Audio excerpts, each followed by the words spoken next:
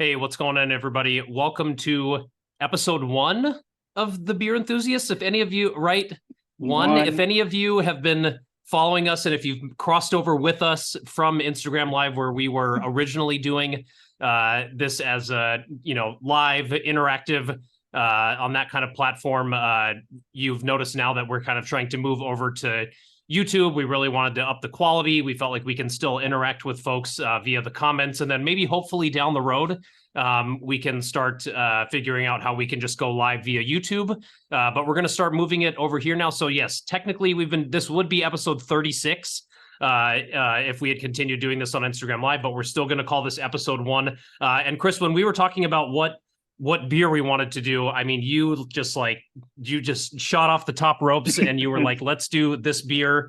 I mean, the one that you have in front of you, Cantillon St. Lamvinus, a beautiful fruit lambic. And I remember the first thing I said was, well, I don't have a bottle. I can do a different one. And then you just respond back via text, I might have two. And I was just like, so many people would be happy to have one.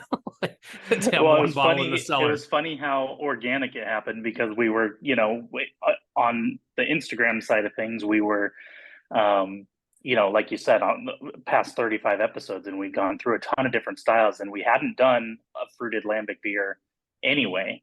And so there are some other easier to get ones too, but we kind of, when we were talking through it, it was like, why don't we just start the YouTube version of this with a bang? Yeah. Let's just bring the good stuff right out of the gate. Absolutely. And for anybody who is joining us for the first time, we usually try and choose a beer, hopefully one that both of us can get. And we kind of work through the recipe of the beer. If there's any interesting history around it, we'll touch on that as well. Anything about the process that it's made with, the ingredients that are used, anything generally recipe related, we touch on. Then we actually get into the sensory part of the beer. Well, we'll just break down the appearance, the flavors, aromas, the mouthfeel characteristics, all that kind of stuff. And then we usually cap it off with what seems to be our favorite part, which is what kind of food we would pair with this particular beer. So hopefully you're here for some, or if not all of it. If you're able to track down a bottle of this and try this while you're watching this video, kudos to you. Because again, thank you, Chris, for the bottle. It's very, very excited to try this beer again. You notice Chris has some extra gear in front of him. Obviously, he's got a great stemmed wine glass from Driefontein, and I've got my Cantillon kind of etched tumbler. And then I've got my Cantillon basket as well. But Chris, I mean, since you've got it there and you're going to be opening your bottle, do you want to talk through some of the service elements that are that come along with the style like this? Yeah, absolutely. And I think a lot of some of the minute details that we geek out about get lost in translation a little bit when other folks are opening what is maybe a super special bottle. And with Cantillon and with most most fruited lambic, you're going to have the just the regular cap. They're not cork and caged, but they are corked. So you need a way to pry open the top, and once in a while you'll hear a little bit of a hiss through that, but really the cork should be holding pretty much everything back. And something people don't talk about a whole lot is, you can check the cork at this point. Mine is just spotless. There's nothing off about it. It looks like it was just put in there yesterday. It's in very, very, very high quality. And you would open it like you'd open a bottle of wine. And do you know what? I've already opened mine, so I'll kind of give folks, while you're doing that, this is kind of what the cork looks like when they bottle these. They have the vintage year on there. This particular one that I have is 2020, and then they also have the season as well, which is the 2020-2021 season. If we can just get that into focus while Chris is doing that. Yeah. Well, and an interesting thing about that, you can see it's probably been laid down at some portion of its life, probably at the brewery during bottle conditioning, maybe. Yep. And something that's interesting about actually a lot of lambic, not just Cantillon, but sometimes the cork is more accurate of the vintage than the label is, Oh, because it absolutely. usually has the brewing season on it, and they use just those corks for that, but the labels they might have been using from from anything, and it has a different stamp date on it or whatever it may be. Um, so that's a little bit more accurate understanding of when the beer was brewed, or when it was bottled. It's usually the season that it was brewed, Right.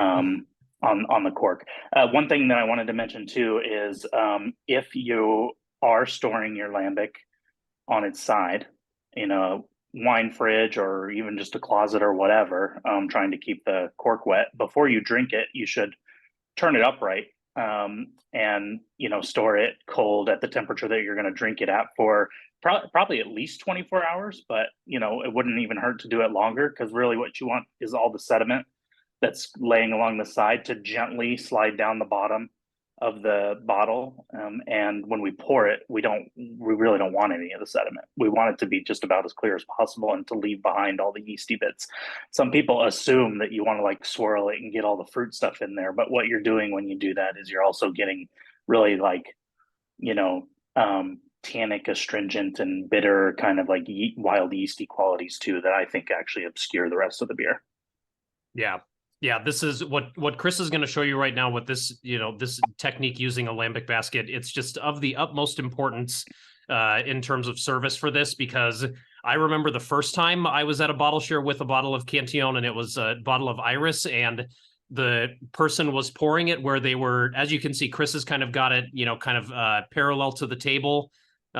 He's pouring it in. Usually you can eventually you can just kind of pour straight down once you kind of want to be forming a little bit of a good foam cap, and then you can either rest it in the basket like Chris is doing now, Yep. or if you don't have a basket, which maybe, this could be something that is an issue for a lot of you, you want to have all the glasses that you're going to fill, you want to have those ready so that you can just kind of do a gentle tilt to each one until you've emptied the bottle. Yeah, and the main theory about the basket is you're just essentially keeping it in the pouring position so that you're not jostling the sediment back and forth. And so that's really kind of the whole geometric theory of the basket. Is if you were going to pour the whole bottle, you don't even necessarily need a basket. It's kind of nice to present it out afterward. But if you have a whole group and you're pouring all the samples, you just keep it at that pouring angle, pour it for everybody. The moment you start to see any sediment, the bottle's done, and hopefully you can catch it kind of in the neck, before it's poured into somebody's glass. Yeah. But as you can see, yours looks clear. Yeah, yours looks really, really clear. This is just super clear, and it's this really beautiful, it's like dark red rose. Yeah. It's got some just all like the colors of red in the glass. Yeah, you could. Yeah, I mean, this could be like kind of like a lighter, like brighter plum. You could go kind of like a purple ruby. But yeah, I remember getting back to the story I was telling. I want to finish that. The first person that got poured beer received clear beer, and then each person after that, it was just slightly more cloudy until the last person was like, this was back when I was still using Untapped, and they were like, this is supposed to be a good beer, but this just smells like burnt rubber. Like, I don't know. I don't know what I'm supposed to do. I feel bad, but like 3 out of 5,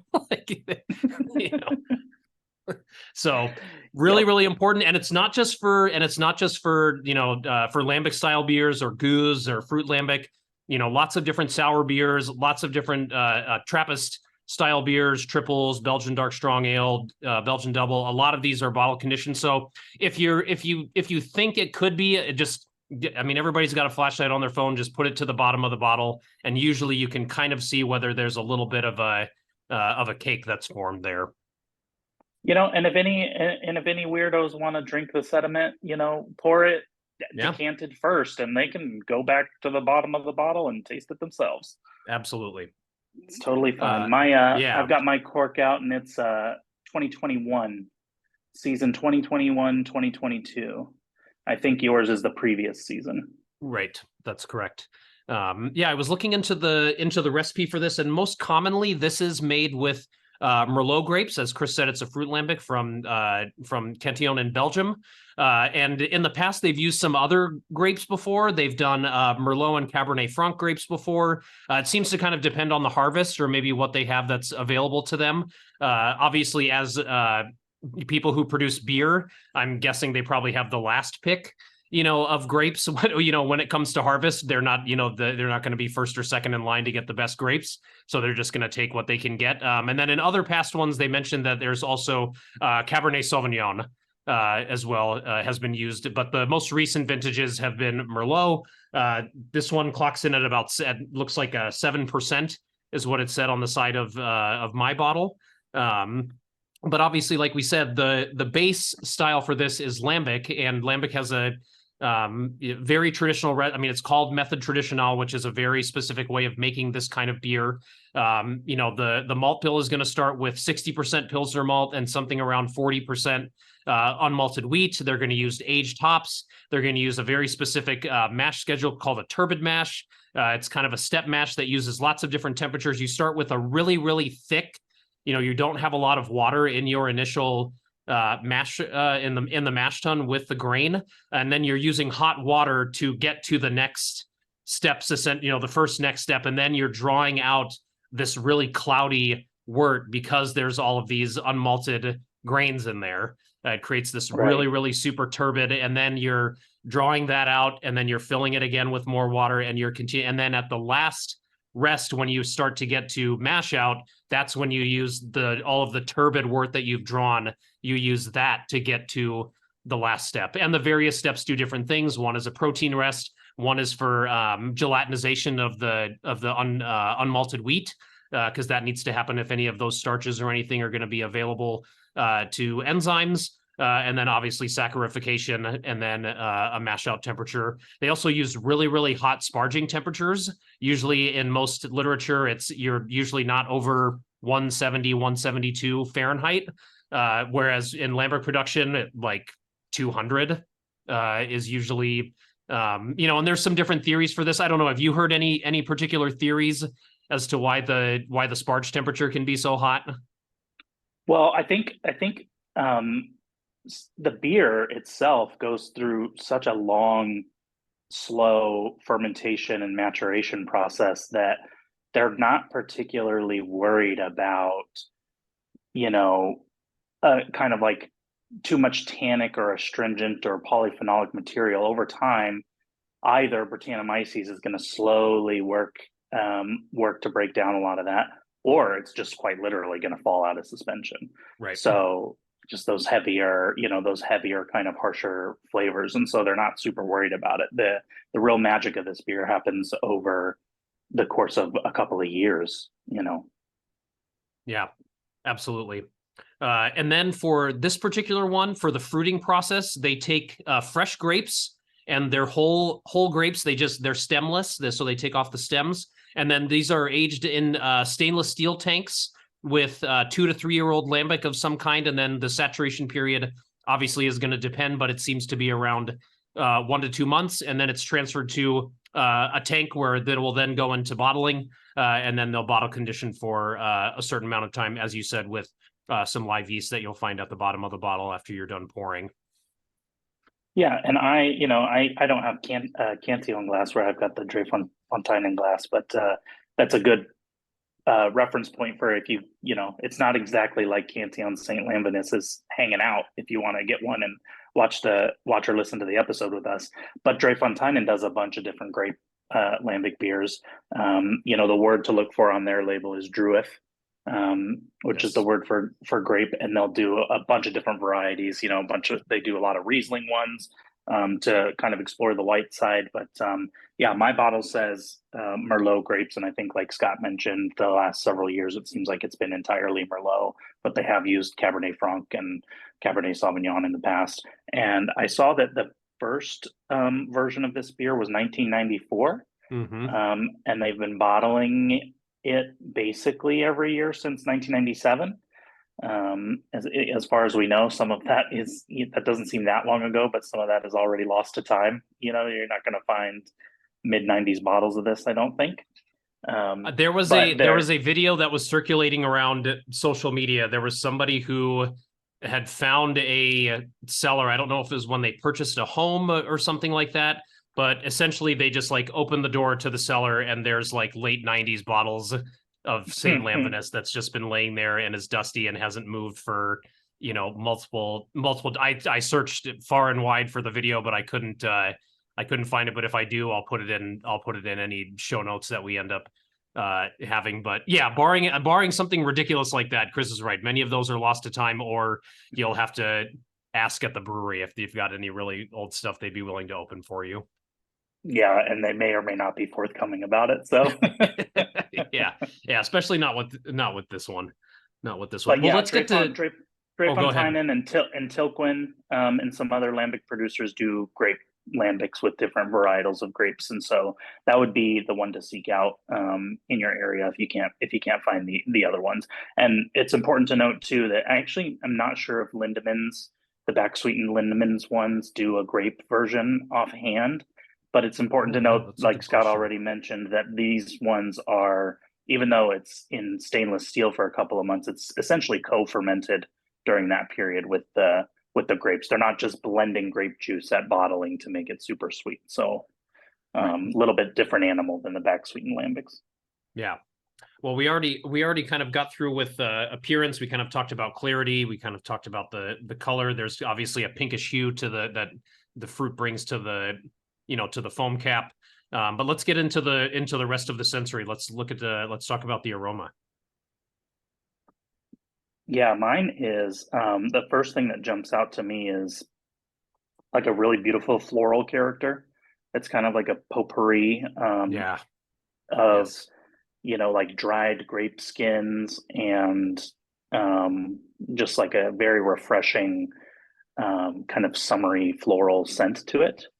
Yeah. Yeah. Very, very like I'm getting a little bit of like a dried hay, like a funky undertone. Obviously the grape is extremely forward. I mean, that's definitely the top note. And you're right. It does kind of have this impression that it's gonna be grape skin like rather than something like jam or something like preserved. It's very bright, almost Yep. maybe even an impression of some kind of like red wine balsamic of some kind. I think a really neat interaction, if I'm reading this correctly, is I smell it as though it's like grape stems too. Like you just Hmm. picked the grapes, so you're getting some of that like woody, um, Yeah.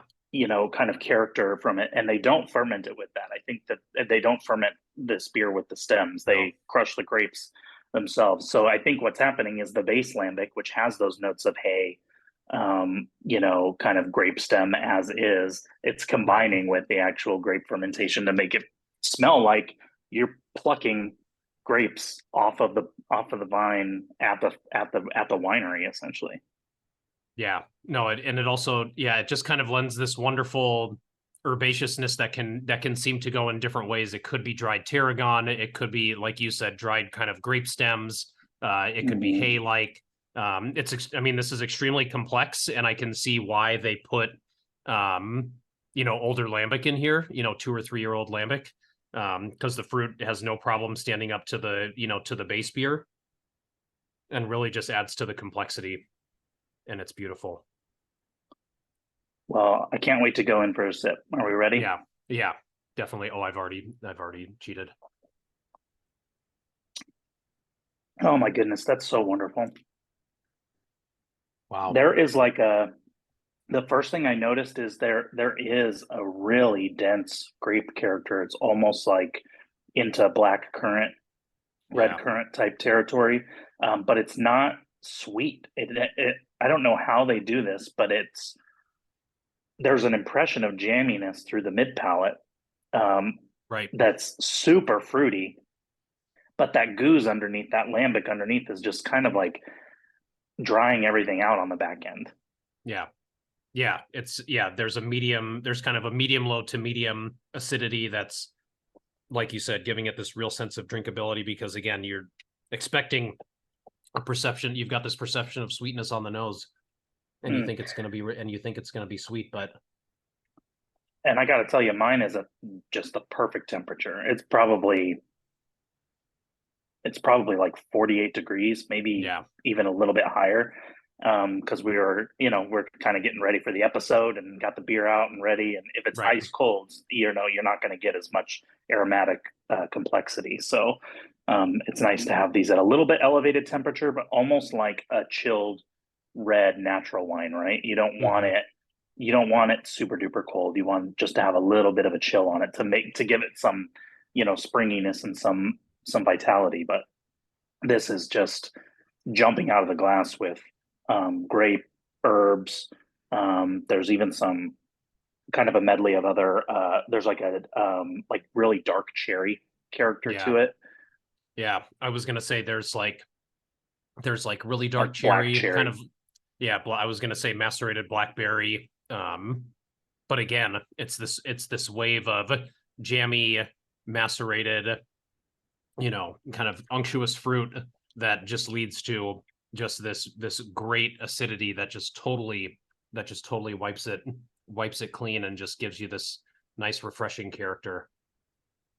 It's important to note that the acidity level is so pleasant, and you can drink why they don't really call them like sour beers. It's just Right, lambic, and there is a tartness there, but it's not out of place. It's not tongue scraping. It is almost just having like the acidity level of a cup of coffee or a glass of wine in that perfect spot where it doesn't come across as sour. It comes across as a flavor driver, right? It's like right. boosting all of these fruit characters on the palate. And so if I were to give this a sourness score 0 to 10, to me it's like 5.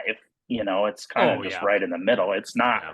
It's not very tart, and I think that you could find some future lambic lovers with this beer, that don't think that they really like the style because some other ones present as a little bit too tart, or they drink other types of beverages like wine. This, to me, in this moment, is tasting like such an excellent crossover beverage. Yeah, yeah, these are definitely well known for being great introductory beers for wine lovers, for people who maybe have a very narrow view of what beer is, whether it's just macro lager. This kind of is like an aha moment for a lot of people. Like, you can put grapes in beer, you can have old beer, you can have sour beer. Like, there's just so many aspects of this that are so outside of that, that sort of narrow like tunnel vision of like macro lager, that I think Yeah. there's so many things for people to grab onto and enjoy, and start that journey.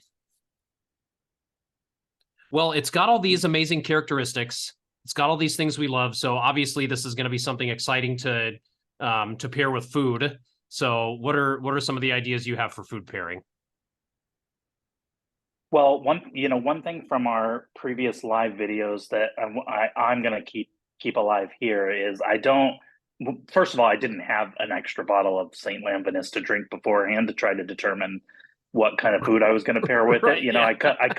I come up with some ideas or whatever what I think might be good, but then as I'm drinking it, you might change your mind a little bit, and Right. that's the beauty of food pairing. And I think what's been so valuable to me about our other episodes is we're honing in on specific examples so that we can say, actually, this is what you should pair this specific beer with, because we're getting particular flavor notes. And um, so I've already changed my mind, is the short version of the story. I come in with some ideas, but um, when I had said that it drinks like a chillable, light bodied red natural wine, pizza just jumped into my head, Yeah. and I want to do I want to do like a white pizza actually with some kind of a mix of mozzarella, parmesan, but then like a fresher maybe ricotta on top, and then we can use some herbs to really bridge that like kind of hay herbaceous kind of thyme character you're getting, and I think dill would be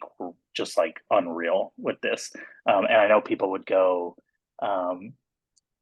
That maybe opinions would be split on like pickle pizza. I don't know if you really want to put pickles on there, but if you wanted to do like a mushroom pizza, mushroom white pie with those kind of a blend of aged and fresh cheeses, and then some dill to give it some bright, herbaceous bridge. That would be super yummy, and that would be like to me, that would be like you're drinking a chillable red wine with pizza, which is just a match made in heaven as it is. And it's also important to note that even at 7% or whatever mine is, that affords you so many more possibilities on the beer side of the beer wine hybrid spectrum, because I think if you looked up Merlot pairings, you're going to get a lot of big red meats and heavy dishes, and I think that this potentially has some play there, but you can also go a little bit lighter. And so just my little veggie pizza with a crust that's got a good sourdough fermentation to kind of bridge some of those characters. That's what I'm doing for savory. I think a white pie with ricotta and dill is that sounds really great with what I'm drinking right now. How about you for something kind of savory? Well, I was really in that same realm, especially with the cheese. I was thinking like a goat cheese ravioli initially, and then I kind of went down your realm too. Like, what's one of the kind of best things to kind of simmer mushrooms in?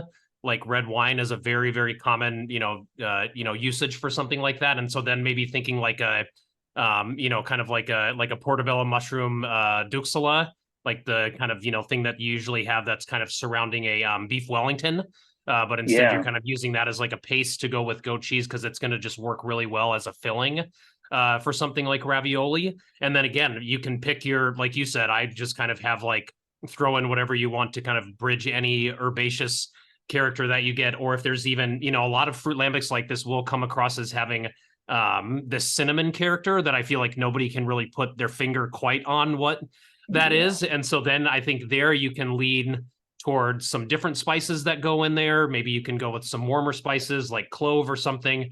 But with this, you maybe want to go with something more herbaceous like tarragon, like you said, dill. You could do spinach. I think spinach would be, would be just fine. Just get some blanched spinach and add that to the filling. So yeah, that was the first thing. That was the first thing I came up with for savory. The other one I came up with was doing just like Peking duck. I thought just the crispy brownness of the duck skin. I think where you can maybe add some of those spices that are familiar in fruit lambic would be through like the Chinese 5-spice blend. That's going to have some of those notes of kind of like cinnamon and things of that nature. So I was definitely kind of led down that path. And also a lot of times that's consumed with kind of like, it's not a tortilla, but it essentially kind of, it kind of looks like one. And if you're worried about the acidity not having anything to do, you can just, pickle some red onion, pickle some other vegetables and just throw those on there. And then you can work with a sauce of some kind and figure out how to bridge that together. And then I think you're working with something really good. Did you have anything else in the savory realm? No, I did want to not a complete dish, but your goat cheese recommendation reminded me to talk about that a little bit, which is, a lot of goat cheeses are very experimental anyway, and they'll have some herbs and spices in them. And so I think that you could really explore a couple of different ones that either, just plain, this would be incredible with just plain goat cheese, because it's then just kind of like a tangy canvas for all of the flavors of the beer. But what's the one that is like lavender and bee pollen? It's is it the purple haze? Oh yes, I think that's what it is. Yeah. Yeah, Right. that might be it. Something like that with those floral notes to play with. I think that they also do a goat cheese with that fennel character, which would be a really intriguing kind of spice character to play with the spiciness of the beer. Man, just kind of like, yeah, fresh herbed goat cheeses would be an awesome experiment to try a bunch of different ones with. But my only savory thing was I really thought, white pie with white pizza pie with dill would be really Yeah. great. For dessert, this is, gosh, I think I'll stick with kind of what I was thinking before, and it bridges the cheese from my savory to my dessert, which is do like cheese blintzes for dessert. Just kind of like that thin wrapped kind of dough character with some lightly sweetened, usually ricotta type cheese Right. in the middle. And I don't know if this would work. You could use any number of like fruit compotes that would lend complexity. You know, you don't. It would be perfectly delicious with a grape one, but I think you could experiment with some, fruit blends that lend a little bit more intrigue. Or um, what if you? This may sound like I'm cheapening what's a really special beer, but like a peanut butter drizzle or like an Mhm. almond butter type drizzle over the cheese blends is to really play with that kind of peanut butter and jelly type combo that's so nostalgic for a lot of people, but it's really kind of like classed up in a lightly sweet cheese blintz. Yeah. No, I think that's great, especially once you kind of get into those when you're talking about peanut butter or you're talking about, drizzles of something like that and you get to kind of play with salt, then you kind of get to, maybe do this like dialing down of the acidity and then maybe you're bumping up a little bit, of the fruit character or some of the other fermentation characteristics. So I think that's always a fun dial to, kind of play with to see where where you kind of get a fun result from that. Um I mean, I was kind of in the same realm too, kind of trying to stick to like something kind of cheese based. Kind of thinking like I'm glad you went first because one of the things I've done before is kind of these um they're kind of like fruited like brie bites almost, where you just kind of put like the kind of Pillsbury Doughboy like crescent roll thing, but you kind of like put it into the like muffin tin, and then you put brie and cranberry, and you can do Oh other stuff yeah. too. You can kind of put you can do a little like dusting of like rosemary or something, like something to again bridge some of that herbaceousness and also some of that doughy character too. I think might be interesting to kind of see if that can maybe draw out a little bit of what could be some underlying malt character that because again it's obviously just there to support from a taste level so that it's drinkable Hmm. because all of the other characteristics are so intense.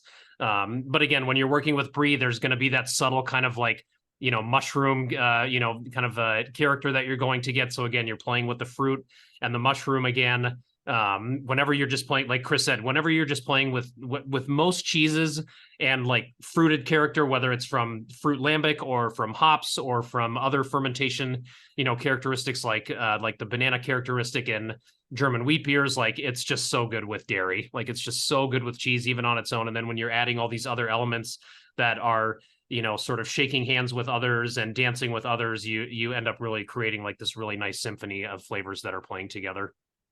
Oh gosh, you just reminded me of my grandma who at the holidays, just the world's most simple kind of appetizer or kind of like bridge to dessert if everyone's snacking after a big meal is just the whole freaking wheel of brie just Yeah. warmed up in the oven. You've Yep. already got cranberry sauce hanging out at the holidays. Oh, You that's got great. crackers and stuff, and so you just, everybody just kind of snacks on that that warmed up brie, and it has that little bit of like mushroom funkiness from the soft rind and everything, and you know, great canvas for the fruit. That's why people pair it with cranberry, Right. cranberry jelly or whatever, or you making your own cranberry sauce. And that would be awesome with this beer. That's just Yeah. like an old time. Anything that can remind you of your grandma. I mean, come on now. Yep. No, that's part of it. That's part of it too, right? We kind of talk a lot with food pairing about I mean, obviously the first thing that everybody goes to is how can we complement, how can we bridge, how can we match? And that's always something that we caution against is you want to have some of those things because that's going to help anchor the pairing. But when that's kind of all you're doing, then there can be kind of this dullness that they both bring to one another. They kind of, temper each other. But man, if you can create anything, resembling some sort of memory like that, obviously you don't have to, if you're doing a pairing dinner, you don't have to call everyone and ask them what grandma served at Thanksgiving. But even if Yeah. you're just using two things to combine together and remind someone of a cheeseburger or a peanut butter and jelly sandwich or, whatever it is, grilled cheese, that's always something that's really, really fun and something that is great because a lot of the times, we can get into the weeds and get really scientific, but like a lot of food pairing is just the way that it makes you feel. That's a big part of it. Yeah, and these type of beers, they're spendy. they're pricey, Yeah. and you feel like they're special occasion beers, and so you want to share them with people anyway. And so kind of getting everybody's interpretation of a beer pairing at a dinner is really, really great feedback.